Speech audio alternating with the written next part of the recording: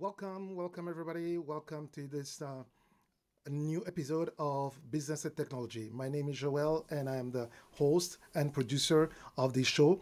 As you can see at the bottom, you have information about our show, our channels, about you can get a hold of myself and the team beyond this. We'll talk about something that I find it kind of interesting, especially in this time that we're living on, where people are still thinking about their jobs, and somebody was talking about losing their jobs and having hard time finding a new one. And of course, as a business person, I was drawn to that issue and that concern, and I'm like, let's see, is technology becoming the reason why they can find a job? And some other people say yes, technology is saving their jobs. There was like a discussion between the two trends, the two ideas, the two school of thought, and that kind of prompted me to do this show tonight and talk about, can technology save jobs in your industry? And let me share my screen while I'm getting ready to see who is in the comments already. Hello, yes, Dalia MTV. Thank you. Thank you for joining me tonight. And I'm going to present my screen in a second. The presentation that I have for you so that you can follow along with me. How are you tonight? I hope you're all doing fine and you ready to get some information about what we are doing and what we have in mind in terms of sharing and having all this discussion tonight. The question is really, can we save our jobs with technology? Or otherwise, also we can turn that question around and say, can technology save your job in your industry? And we have various industries here, especially here in North America. And I'm talking even in to the broader people, broader audience here, and talking about the world. Can technology save jobs in your industries? It's one of the questions that, as I said, we were asked. And tonight we'd like to frame it in a certain way. We would like to talk about where we're coming from, and what are the trends that we're seeing, how a technology has done in the last 2,000 years, for example, if we can go back to that period, and looking at have the needs of the people evolved, have the needs of the people changed. What are the needs that we see today that were not available a couple of years ago? You see, and based on that, we can also see maybe and hopefully how technology has helped those organizations, how technology has helped build those, shape those needs, help us with those needs, help us succeed, go through the routine of our lives and decide what is the best way to do it. And tonight we will also look at the major areas where people exercise their business. Okay, there are different areas where people exercise their business, and we're going to also look at how the technology they're using for each individual business, and depending on how much time we have, we can look at it and decide, is technology really helping them? How is it helping them? And then at the end, I'll tell you what I think, if technology can save your jobs or not. Some of you probably already thinking that Joel is biased. He loves technology. He works for an IT company. And as a disclaimer, I work for IT companies, IT businesses for the last 11 years now. I've been in the IT industry.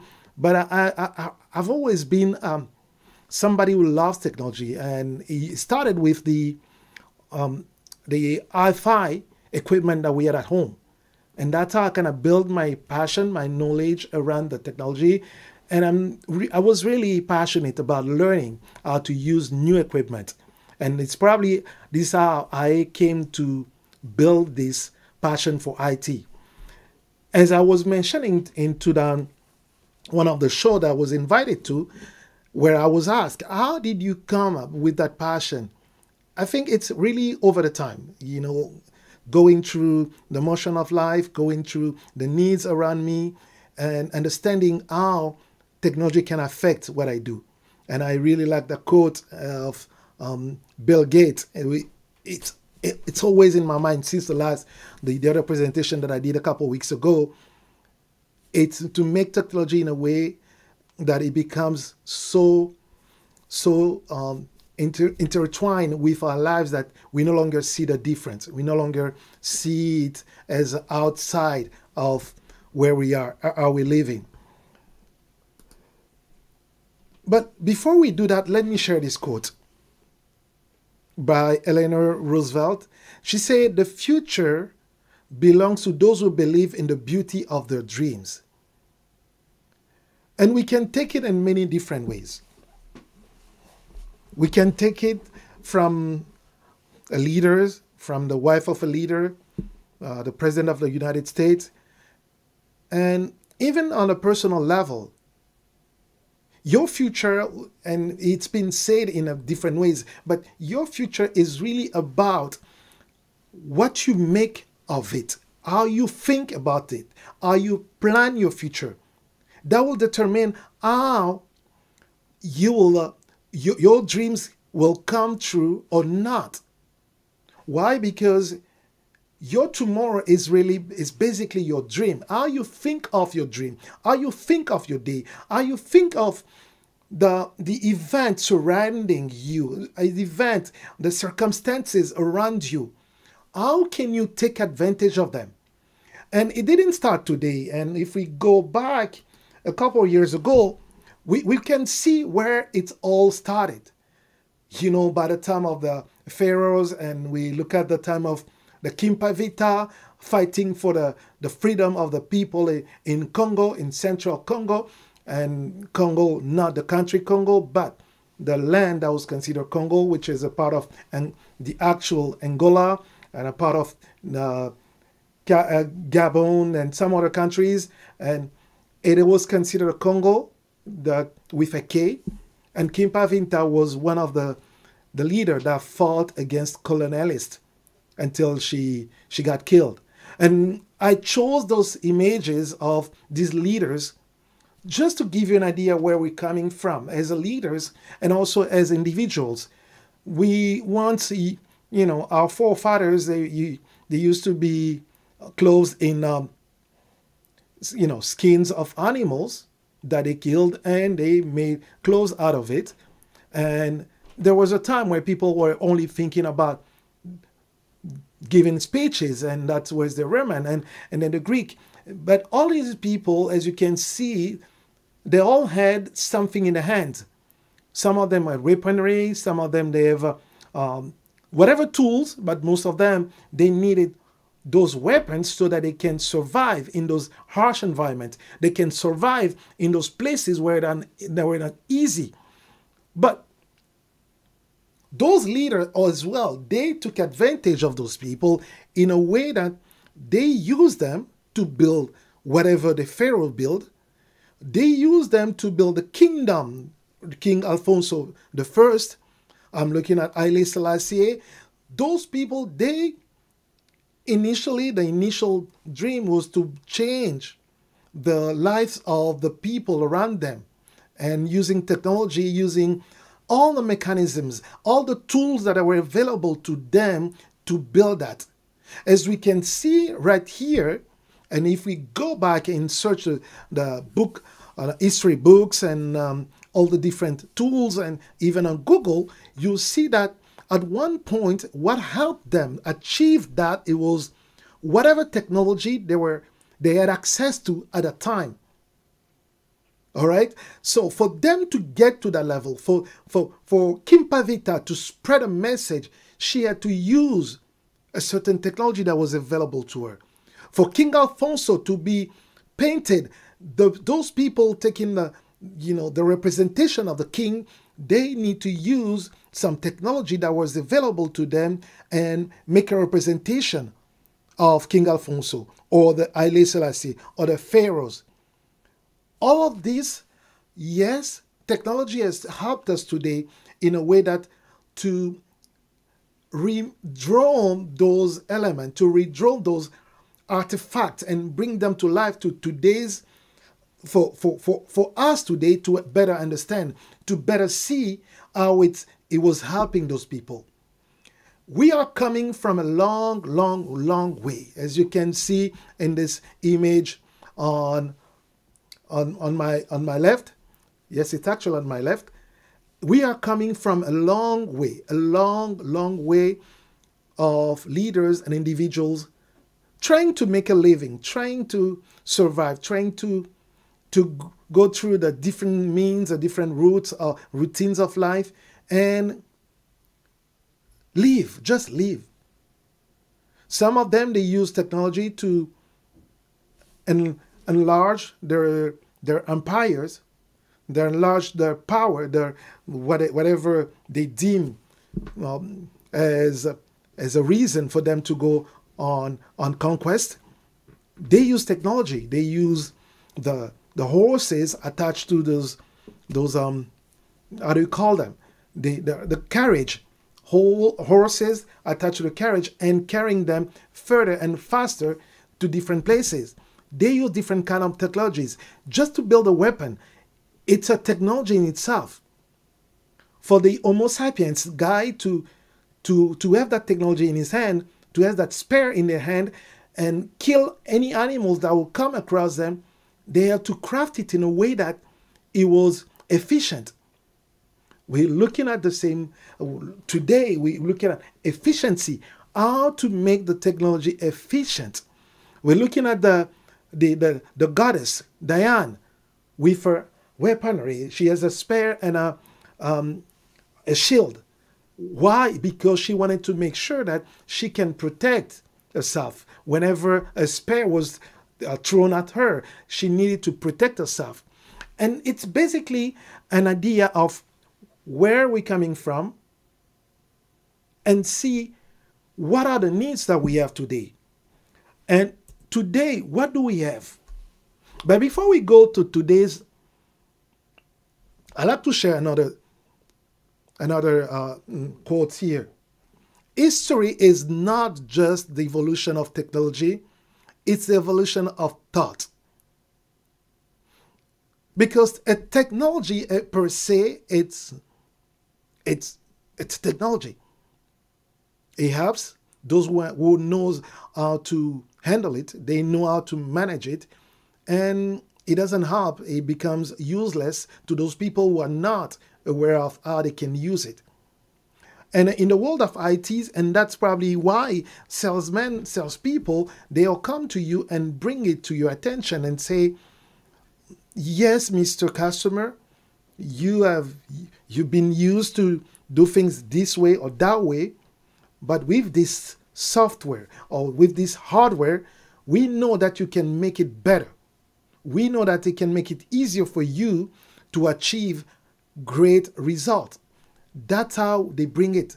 It's really an idea from someone, then turn into a product that can be useful. They turn into an idea, into a tool that can be useful. They turn into a technology that you can use in any different stages of your business or your life to make it easier for you. Why is it easier? Look at how we used to travel. I mean, not us directly, but the people before us. And I just decided, because I wanted nice pictures, look at it in terms of transportation and in terms of building. Look at where we're coming from. Back in the days, they had those steam trains to move from one place to another one. And only God knows how long it will take them to go from one city to another city. And today we have airplanes that can take you basically from any point of the world with an airport, that are capable of receiving or allowing that airplane to land, to another place where they also have an airport where your airplane can land within a couple hours. When you look at that, at the way they used to do it, we had those steam trains, but we also had steam boat that those explorers used to take from one place to another one. Even before that, they used to have people with the stake and pulling. They call him the Galerian. They had those people putting the boat in motion, and it would take them days and months before they can leave Europe to go to the farthest point of Africa. It would take them months before they can reach it. And now, today, with this technology called airplane, it's done within a couple hours. So within a day, within 24 hours, you can leave from Canada and then go probably have a stopover in Belgium, in Europe, and then take another plane, go to the Africa, and all of that within a couple of hours. Which back then, today we look at it and we say, we think it's easy, it's simple, we think we can just do it. But without realizing what was involved in the back room for them to achieve that. It was somebody's ideas, somebody thought on how to make it efficient, how to make it better, how to make it easier for those people. And you business people, and when I say business people, I see all of you making money or providing service, sometimes for no financial gain, but you still a business because you need to manage whatever you're getting in a way that you can continue to produce the service, the product that you are doing right now. It involves some technology, and all technology main purpose, before they can make any money to the manufacturer, to the person with the idea, it's usually to make people's life easier, to make people's life, whatever they're doing, to make it efficient, so that in a way that they can take their weapon, today it's probably a gun, and shoot an animal that is, of course, depending on where they are, and then eat the animal. All right? So it becomes an easier way for them to do that. That was an extreme example, but look at it in a way that I needed for me to come in North America about 2 decades ago, I needed to take the plane.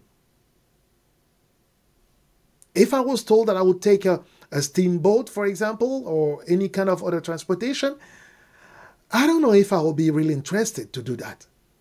But because of the airplane, it was so fast, leaving Africa and coming to North America. It was so, reasonably fast compared to the old ways of doing it. And look at how those Egyptians with the pharaohs were building those pyramids. Today we look at them as a piece of art, as a treasure. Well, we can go, oh, it's one of the wonder of the world. Let's go and see that wonders. But if you are being told, or if you look at the how they call it, those paintings on the walls in the caves, describing how it happened, describing how they built that. It was amazing. It was an amazing technology for them to understand how to use a pulley. They used a pulley in a way that they were pulling those heavy carved stones into a place in a way that it doesn't cave in, but it stand. And just imagine how long ago they did that. Can we say this? Can we say the same about your business? Can we say the same about the product or service you're giving today? Will it last once you pass? Will your children continue on the same path, or expand it, make it bigger? I was watching this weekend, again a couple of minutes before I joined this live, how this man built a 30 billion business.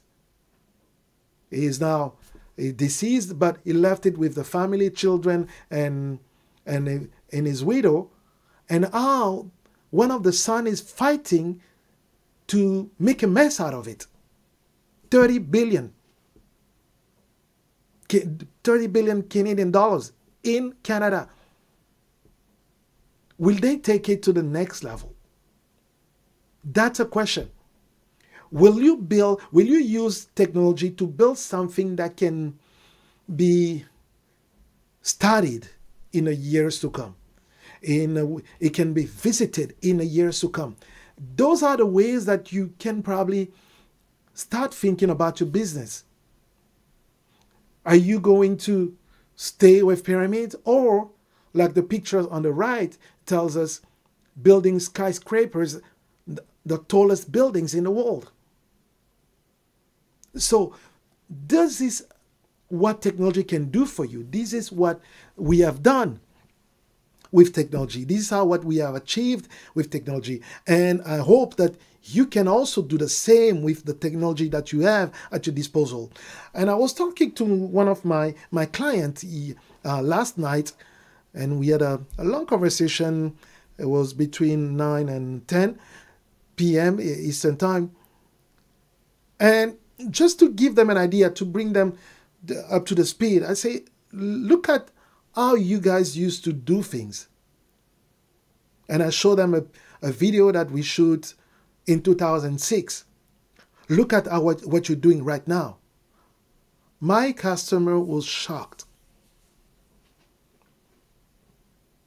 The customer was literally shocked. They could not believe it. They say, how come we were doing such nice things back then? Why? Because today they have newer technology, better equipment, but the people in charge to help them do that, they're not pushing themselves to use that technology for the best of the ministry, to the best of the usage they can make out of it. And it put them in a position where they're doing things, but not comparable to what they used to do. And that's what I would like to instill in you, just to think, whenever you come across people saying, yes, technology is taking away jobs. As a matter of fact, there is an article predicting that by 2030, we'll lose about 800 million jobs in the world. Those kind of prediction, I've heard them before. And it kind of pushed me to go and look at the market, the job market back in 2010, between 2001 and 2010. And I'll tell you, my friends, it was gloomy. It was gloomy what they were saying about the job market. They say, this job will disappear, these kind of things will disappear. In a certain extent, some jobs kind of, they've become automated, which is true, but at the same time, they're still there. They haven't cut those jobs yet. Why? Because of this. Because of the needs of the people. Those are the four major needs of the human being. Having a place to stay. It's one thing that any human being, regardless of the race, regardless of the country, regardless of the background, is after. Where am I going to lay my head? How am I going to put a shelter above myself? And once they do that, and sometimes in conjunction with the other need, it's what can I eat? And I choose a nice African meal to represent that. What can I choose to eat? How can I get my food? And those are some of the basic needs, but you cannot take them without the other needs, which is drinking water. And regardless of, again, the race, everybody need water. Every one of us need water to survive. They need water to have a good life. And after having all that, they need to make sure that they're covered. They dress properly. They can go out and interact with people. And especially today, yes, there are still some peoples in the world, like some of the tribes in Brazil, in the deep Amazonian forest, where they practically, they live the way they live. Okay, and we still have some places and those people are usually in those places where it's really hot. Amazonian forest, in Congo's forest, deep forest, the pygmies. Those people, they don't need the kind of clothing that we need in this northern hemisphere. They don't need that. But at the end of the day, it is still part of the needs, because they still need to cover some parts of the bodies. They need to cover that. And how they do it, it all depends on what they have available. And those are the things that technology, in a way, help us achieve. Because if you have the tools, if you have the materials, you can make yourself a nice shelter. You can make yourself a shelter. If you have the right tools, you can go and cook the meal that you want. If you have to harvest the vegetables, you need certain tools to do that. If you're going to harvest and make yourself a nice fufu, you need to be able to get if you like the fufu based off the root, you can do that. Or if you want the fufu based out of the corn flour, you need to harvest the corn and you need to dry it and put it in a mortar where you can make it a flour. That mortar is a technology. Somebody came up with that idea. They build that mortar. They show it to you. They now selling it, and they probably, some people like myself now, there are probably someone on this YouTube showing you how to make one out of the whatever you have. That's how technology is still evolving, despite the needs, and those needs have been around since the early age of life as we know it on this planet Earth. Because I don't know any other planet, I don't know any other life anywhere, but I know life on planet Earth. That's a topic for another discussion, not for today. But what am I trying to say? Because of those needs that we have, the technology has been around just to help us get access to those and resolve the needs that we may have when it comes to food, when it comes to clothing. Because for you to take a piece of thread and make a clothing out of that, you need to have a certain skills to make, like those Javanese how you call it, clothing wraps. You need to have a certain skills. You need to skills to thread the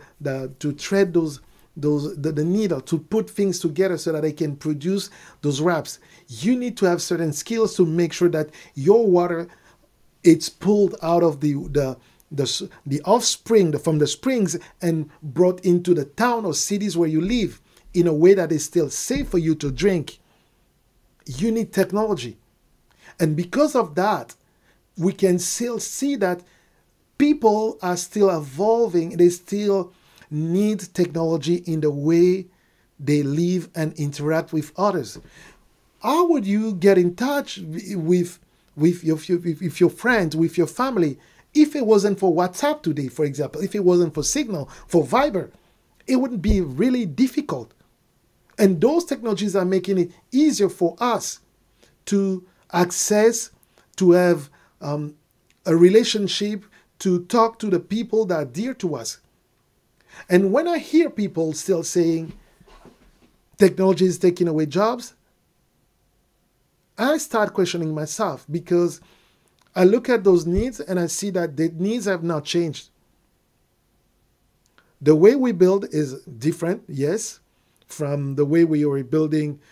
Just looking here in Ontario, the way houses were built in 1900 compared to the 2010, it's totally different. Totally different.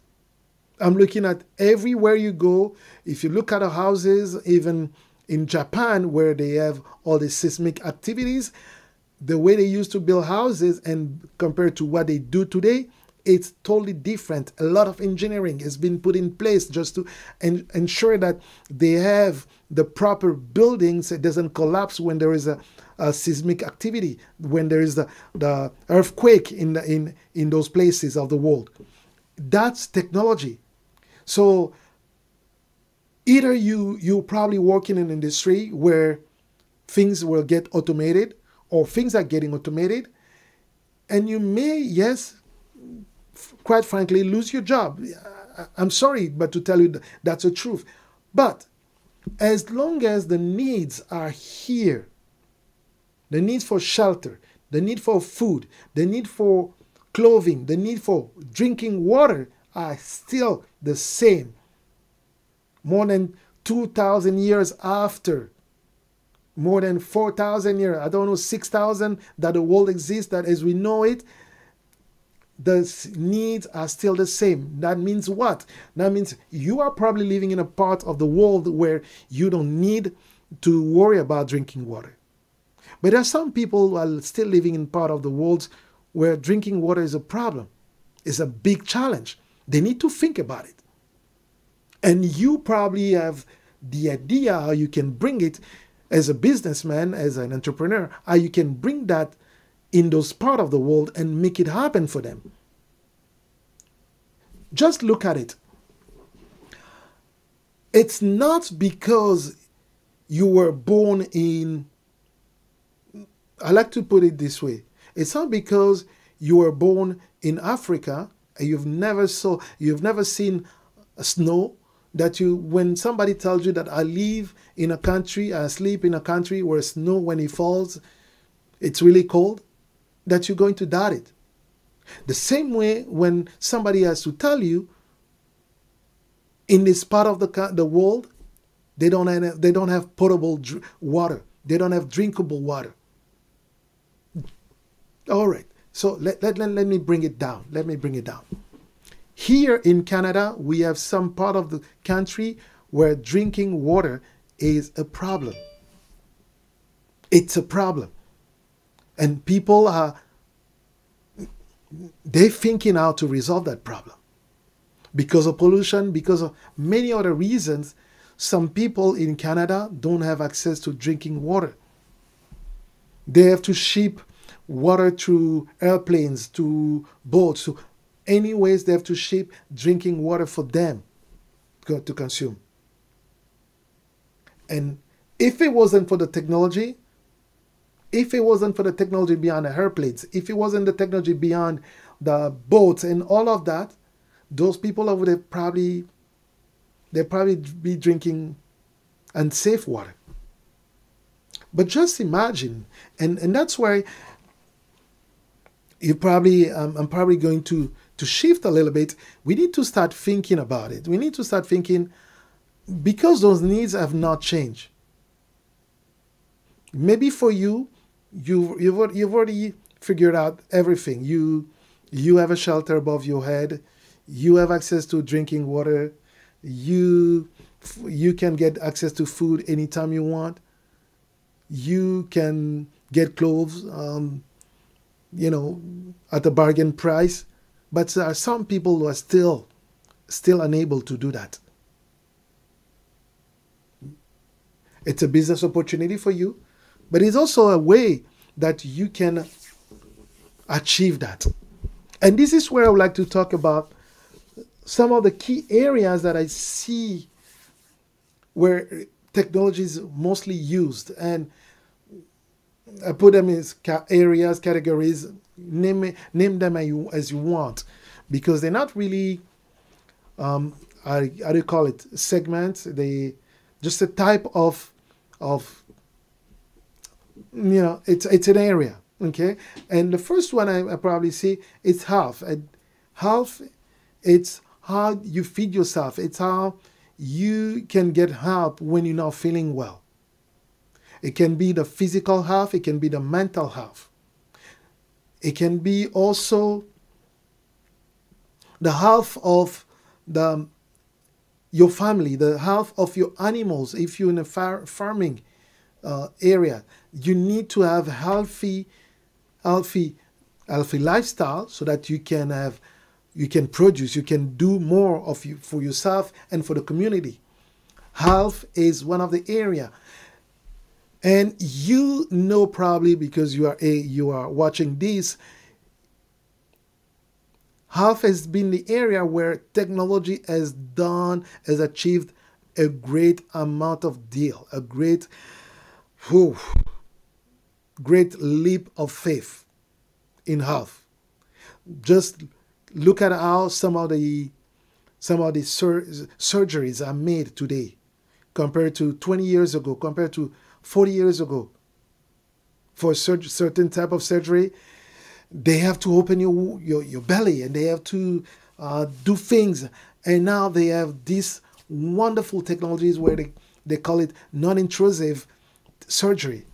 All they do is, make a small hole with a camera and a tool that can go and, burn whatever, cells that need to be burnt or removed. And they make it in a way that at the end, the scar is not even bigger.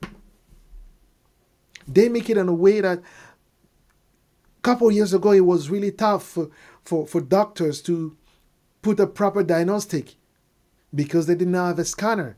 But just imagine when the scanner came into the market. Yes, some people say, yes, it will take away their jobs. Some people were doubtful, and they say it will take away their jobs, and they may not have a job after the scanner is brought in, because they were used to a certain way of doing things. They were used to the stethoscopes and listening to the breathing of the people. They were used to looking at the tongues and doing certain things in a way that they can provide you a diagnostic. Most of the time it worked well, and it didn't work, they will blame whatever reason. But now with the scanner, the CT scanner, for example, they are able to pinpoint, at a certain high percentage of accuracy, the illness that you may have, which was not possible a couple of years ago. It was quite impossible for them to do that. But now they can do it. You look at the government. And when I look at when I consider government, and that's where I put, politicians, I put all the services that the government can provide. Yes, today we have some automated services, and people say, yes, people are losing jobs. But the reality is what? Is the efficiency. And that's where we need to think of automation. Whenever we like to implement automation in whatever we do, and we need to think of it, does it make things easier? Does this task requires a human being to perform it? Like what? Like the IVR, the instant voice recognition system, where people can call, thanks for calling da-da-da. If you like to get to this level, press 1. If you like to hear how to do this, press 2. If you like to do it faster, and it gets you to the point. Because sometimes people call just for those who worked in call centers and for product, and they may call you for, my TV is not working, or my computer will not go on. And then you ask them, did you push the power button. Yes, I push that. And then until you realize, like, what do you see at the back of the computer? I see a cable. Is that cable plugged to the wall, to the outlet, AC outlet in the wall? And that's how we used to solve certain problems. But now, instead of answering those kind of questions, they have automated answer and automated script where people can press buttons and they can move from one menu to another one and get sometimes the answers. And as a last resort, they still have an option for most of them where they can connect with a live person. But for those tasks where you don't need a live person, for example, getting the rescheduling your appointment, or certain doctors now, they're doing it. They're using some tools like that where you can reschedule your appointment without even speaking to a live person, where you can cancel your appointment. Let's say it's scheduled for tomorrow. You can do that different ways that you can use it. And the benefit of that is, at the end of the day, it costs less money to the government, for example, because they have an automated system whereby you can get access to to the information and without speaking to a live person. That's how it can help. We also have another area with manufacturing, and the reason I put them in this order, because I think health is the most important. Government comes second, because we need to have some order. We need to have some ways that to keep things under control and making sure that things are working in a certain manner and plan it properly. Because for those of you who are in the planning organization with project management things, they'll tell you one of the things sometimes is when you have so many stakeholders in a project, it becomes so hard to manage a project. And if there is no order in the way to do it, then it becomes even harder. Because somebody can with an idea today, sounds good, and it just get added to the project without looking at the cost, looking at the delays that it may create, and they call it project creeping. But if you have the proper governance in place, and that's where government comes, you can avoid all of that, all these problems. And then you have the manufacturing part, these organizations that need to manufacture what's needed for the health, for the government to perform the duties in a satisfying way. Just imagine, a couple years ago, for me to be live like this, it was almost impossible. As a matter of fact, the first time I did a live, it was 2009, 2011. But it was so slow. Connection was so slow. But with all the tools that have been created, have been manufactured now, it's possible for me to have this kind of live streaming right now with a nice quality to you. Because a couple of years ago, we did not have this kind of microphone, a USB microphone. It was too big to have lights. I have two lights here. It was too big. And now we have those thin panels, like 1 inch thick LED panel of light. And then it properly leads you.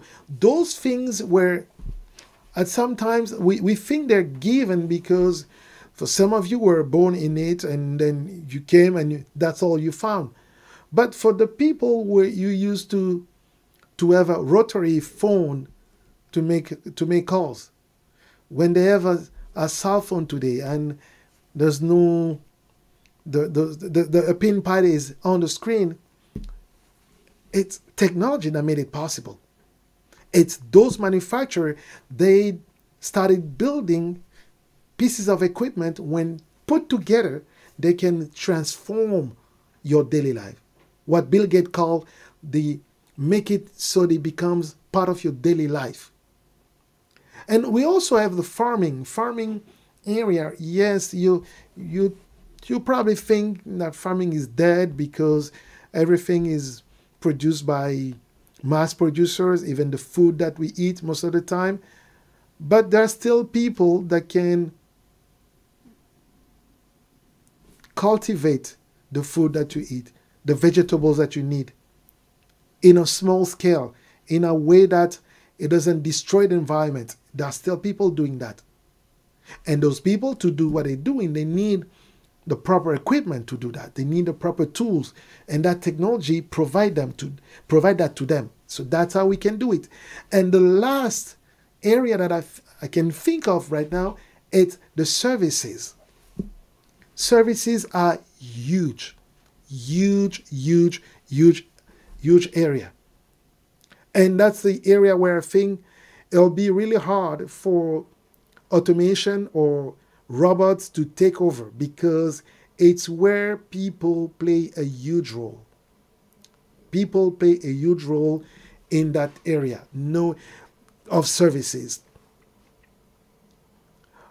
Even when we have those drive-through and where you talk to the attendant inside through this intercom phones, and with the screen with all the different choices you can have. And now, just remember, a couple of years ago, the screen used to be static. And now it moves.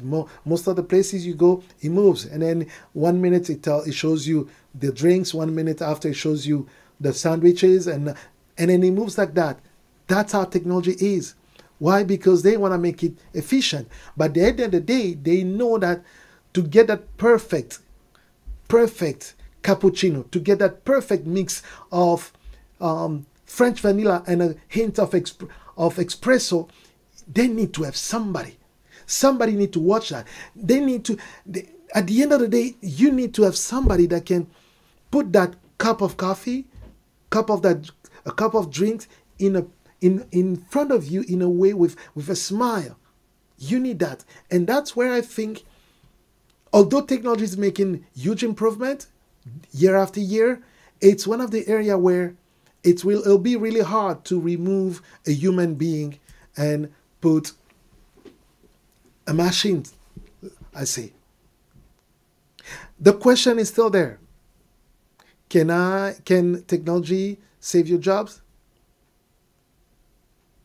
This is my answer to you. And I'll use this quote from Steve Jobs, the co-founder of Apple, is saying it's not faith in the technology, it's faith in the people. Because regardless of what people may say, regardless of what people will do,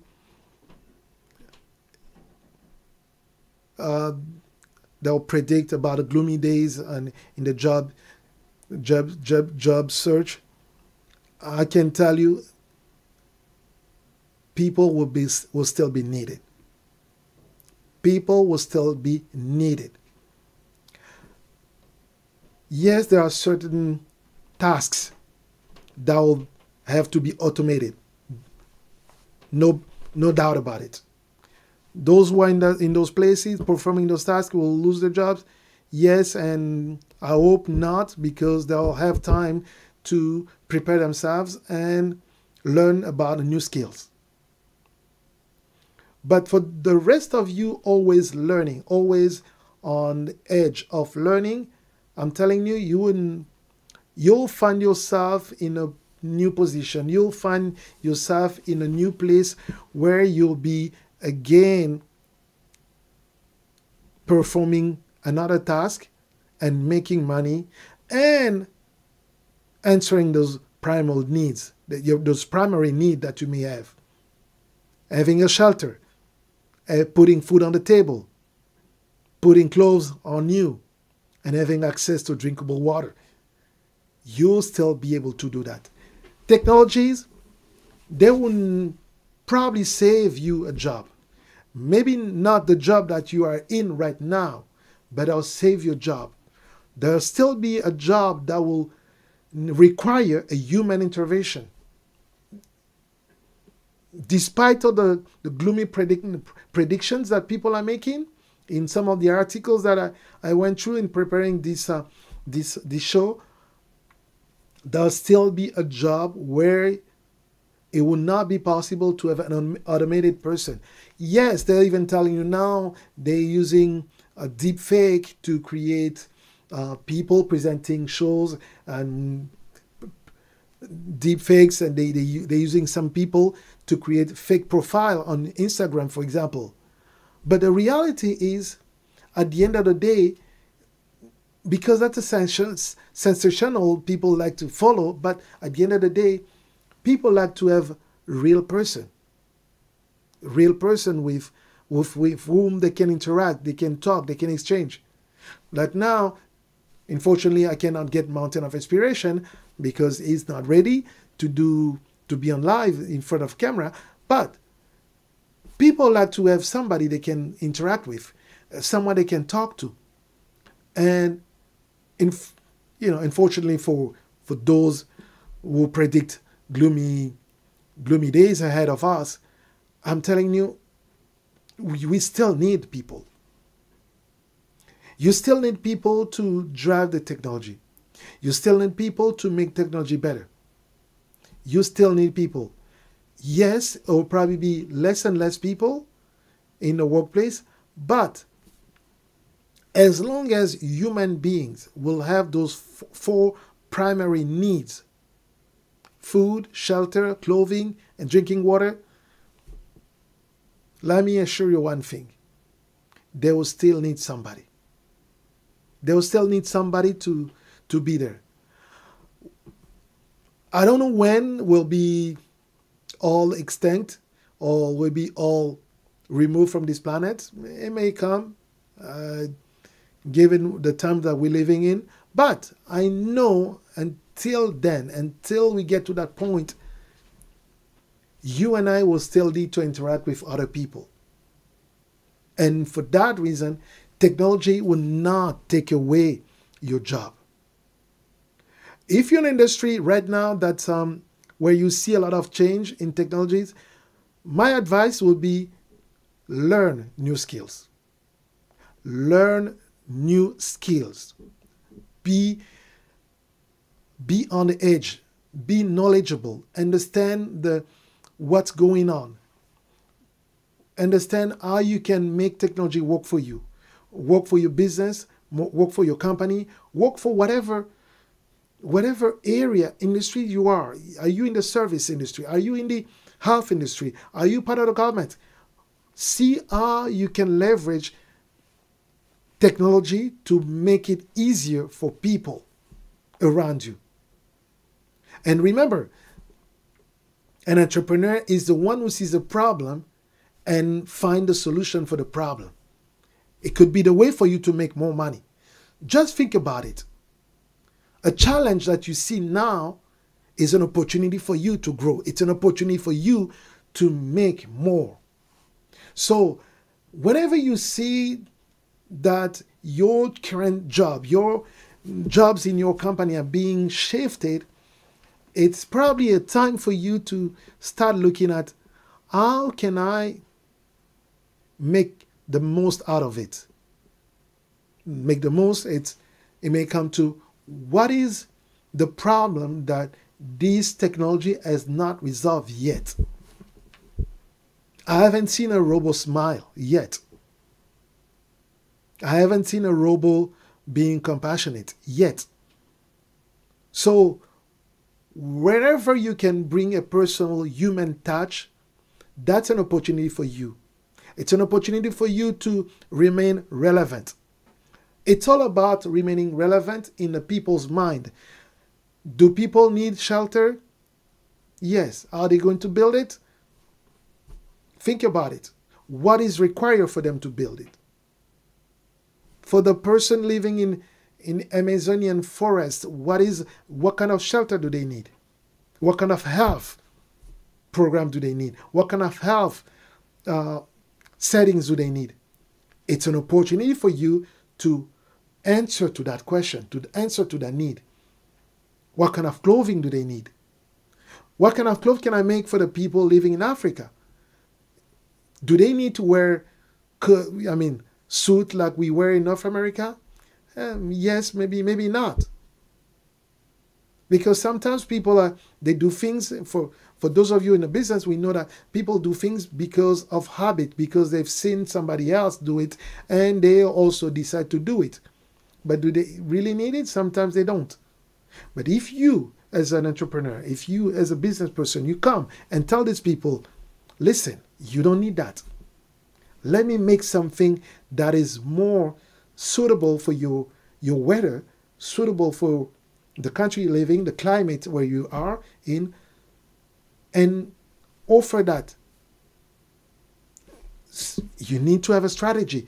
You need to talk to the powers to be. You need to talk to those people. Will technology just go and talk to those people and convince them? I don't think so. I don't think so. And that's probably why there is still a need for human being. There's still a need for human being to go and talk to those powers, to those government people and tell them, listen, you'll save on your electricity bill by doing this, by allowing people to come not in suit, in the way the Western people wear them, but they can come in what you can call traditional clothing. And then they'll be more comfortable, they'll be less sweaty, and they still look good, they still look presentable. And by the way, you can make that your official suit, for example. It requires people. It requires people to take an idea, like Eleanor Roosevelt said, to take an idea, to think about it, and make a dream for the other people. You are probably dreaming of something that a lot of people will wish that they can see it come to life. You are probably some ideas right now as I'm speaking now. You probably have an idea that if it comes to life, not only you'll make millions, but you will solve a lot of problems with people. People have still needs. They still have those 4 needs every single day. Regardless of the country, regardless of the wealth, regardless of the race, they still have those primary needs. Food, shelter, clothing, drinking water. They still have those needs. How do you bring food to them? Yes, now we have Uber Eats, for example. Yes. It's nice and it helps. But is it perfect? No, there's still room for improvement. Maybe you know how to make it happen.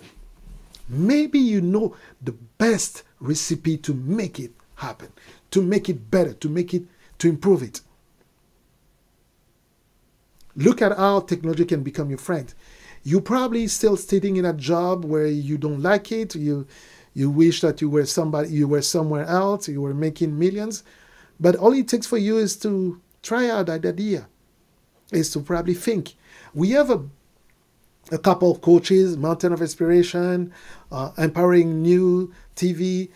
We have Zamana Kinkela TV. Those are the coaches that I can refer you because I've seen and I heard what they're doing. They can help you take that idea that you have and bring it to the next level. We can show you, we can give you at my level, we can give you the technologies that you need to get to that level, but it will take for you to step out of your comfort zone and make the decision. What are you waiting for? That is the question. Can technology save jobs? Yes, it can. Maybe not your job where you are right now, but the job that you are thinking about, yes, technology will help you do that. Will help you achieve that. But just be ready. Just prepare yourself. Just embrace the newness. Embrace the new wave, the new life. Embrace it. You know, the challenge that comes with the new life. Say, yes, it's a challenge, but I'll do my best. I'll do my best and do something different. Okay, I was just pulling my cable, my monitor cable. I'll do my best. If anything I can do is probably to let you know that you can do great and technology can be your friend. And if the job that you are in right now is about to be terminated and replaced by AI or other things, other technology, It's just a sign for you to start thinking about the next. It's a sign for you to start thinking, what is my next move? As a human being, we have this thing that we are able to jump. The adrenaline that comes in us to when we face danger, it's the same fuel that we need sometimes to bring our ideas to life. It's not, we know technology can help us, but the human brain is the best technology that was ever made. So use it wisely. I thank you for your support. I thank you for being here. And just stop sharing the screen. All right. All right. Let's see. Any comments in the... No, I don't see any comment, but I'm glad that you are here. Joel Children Boea, Daniel MTV. Thank you for watching. And if you like this, don't forget to click the like button and leave us a comment. What was the most important thing that we said tonight, and how is it going to change your perspective on the way you do things? All right. Until then, we'll see you tomorrow. For those who can, join us on Clubhouse. Otherwise, we'll see you next week for another show, another episode of Business and Technology. Thank you for watching, and see you next time. Goodbye.